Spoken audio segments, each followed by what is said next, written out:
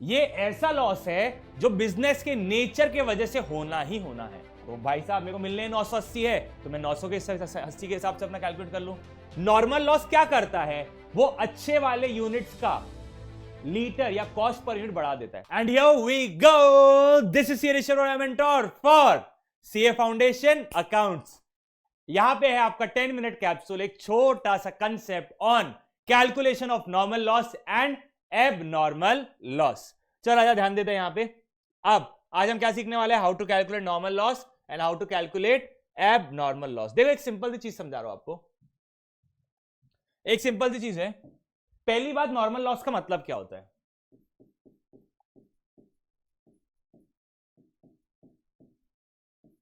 ये ऐसा लॉस है जो बिजनेस के नेचर के वजह से होना ही होना है।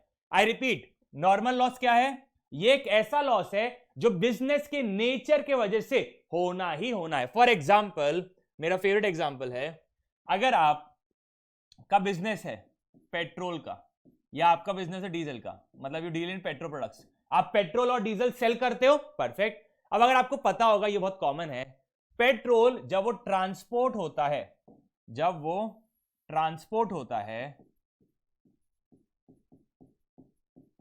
तो पेट्रोल क्या होता है? इवेपोरेट। पेट्रोल क्या होता है? इवेपोरेट। अब ये बेसिक कैरेक्टरिस्टिक्स है, जितने भी पेट्रोल पंप वाले ओनर्स है उनको पता है भाई ट्रांसपोर्ट में पेट्रोल इवेपोरेट होगा, बट एक स्पेसिफिक परसेंटेज इवेपोरेट होगा, ये भी उनको पता है। लेट्स टेक से फॉर एग्जांपल 2%। कितना इवेपोरेट होगा? 2% इवेपोरेट होगा, ये फॉर श्योर है। क्लियर? ये उनको पता है कि हाँ भाई, गाड़ी अगर नागपुर से वर्धा जाएगी या दिल्ली से नोएडा जाएगी तो 2% तो इवेपोरेट होना ही है, बिकॉज धूप में या आप बोल सकते हो हीट में पेट्रोल कहीं ना कहीं इवेपोरेट होता है। ठीक है, तो अब ये 2% इज योर नॉर्मल लॉस। ये 2% is your normal loss. But हुआ क्या? फॉर एग्जाम्पल, मैं नागपुर में रहता हूं, तो ये वर्धा, ये नागपुर। अब वर्धा से एक ट्रक निकली पेट्रोल की, वो ट्रक में कितना था? 1000 लीटर पेट्रोल था। कितना था?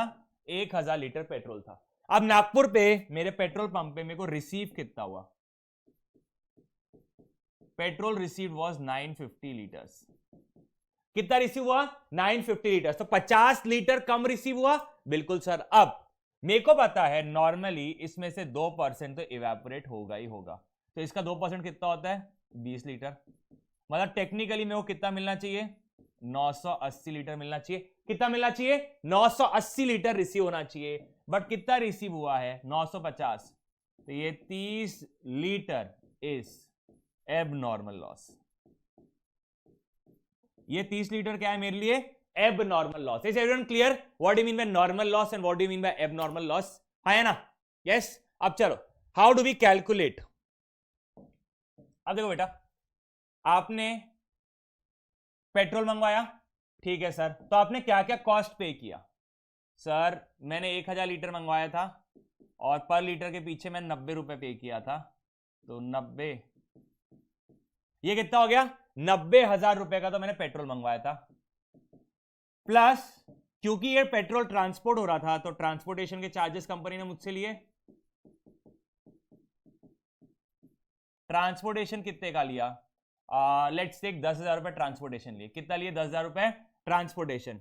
फिर क्योंकि मेरे को पता है पेट्रोल है और ट्रक पूरा कभी पलट जाती है, आग लग जाती, तो मैंने इंश्योरेंस करवाया, तो 2,000 रुपए मैंने इंश्योरेंस का प्रीमियम पे किया।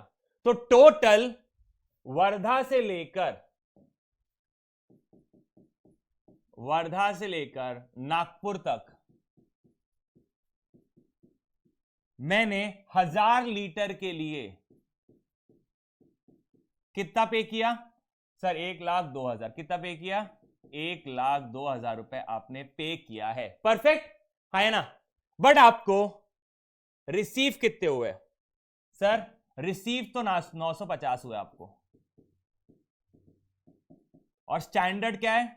2% लॉस इज एबनॉर्मल लॉस। अच्छा ठीक है, standard 2% loss is normal. Okay sir. मतलब टेक्निकली जब मैं 1000 लीटर ऑर्डर कर रहा था, मेरे दिमाग में क्या था? 1000 लीटर तो नहीं मिलने वाले, 980 लीटर मिलेंगे। तो मैंने क्या किया, मैंने अपना कॉस्ट कैलकुलेट किया, कॉस्ट पर लीटर। भली मैं पेमेंट 1000 लीटर के लिए दे रहा हूं, बट मेरे को पता है ये 1000 लीटर तो मेरे को मिलना ही नहीं है कभी भी। तो मेरे को पता है कि 1000 मिलना नहीं है, मिलना कितना है, सिर्फ और सिर्फ 980 लीटर ही मिलना है। तो हुआ क्या, वो जो 20 लीटर का एबनॉर्मल, सॉरी जो 20 लीटर का नॉर्मल लॉस है वो मैंने छोड़ दिया। मैंने बोला यार मैं 1000 से डिवाइड करूं, इससे बेटर है, क्योंकि ये मेरे को 20 यूनिट मिलने नहीं वाले। तो भाई साहब मेरे को मिलने 980 है, तो मैं 900 के 80 के हिसाब से अपना कैलकुलेट कर लूं। तो 1,02,000 डिवाइड बाय 980, 104.08 पर लीटर इज माय कॉस्ट। ठीक है, तो सर नॉर्मल लॉस क्या करता है, वो अच्छे वाले यूनिट्स का लीटर या कॉस्ट पर यूनिट बढ़ा देता है। सर कैसे, देखो बेटा अगर नॉर्मल लॉस नहीं होता था तो मैं 1,02,000 डिवाइड बाय 1000 करता था, है ना, तो मेरा कॉस्ट पर यूनिट कितना आता था, 102 रुपए। बट क्योंकि नॉर्मल लॉस है तो मेरा कॉस्ट पर यूनिट कितना आ गया, 104.08। तो कहना है से नॉर्मल लॉस के वजह से अच्छे वाले यूनिट्स जो आपके नॉर्मल लॉस में नहीं होते हैं उसका कॉस्टिंग बढ़ जाता है कहीं ना कहीं, है ना। अगर नॉर्मल लॉस नहीं रहता था तो मेरा 102 रुपए पर यूनिट का कॉस्ट है, बट नॉर्मल लॉस है तो मेरा कितना हो गया, 104 पर यूनिट का मेरा क्या हो गया है, कॉस्ट। क्या यहां तक सबको सॉलिड है? यस। अब सर तो आपका नॉर्मल लॉस कितना हो गया बेटा, नॉर्मल लॉस ऑटोमेटिकली अकाउंट हो जाता है। नॉर्मल लॉस की कोई अकाउंटिंग नहीं है, वो ऑटोमेटिकली टेक केयर हो जाता है। Normal loss inflates cost of good units. ठीक है राजा, यस। तो आपका नॉर्मल लॉस के वजह से मेरा कॉस्टिंग बढ़ गया 102 से 104 रुपए 0.8 पैसे हो गया है। Perfect, yes. आप मेरा एबनॉर्मल लॉस कितना रहेगा, एबनॉर्मल लॉस रहेगा सर 1000 में से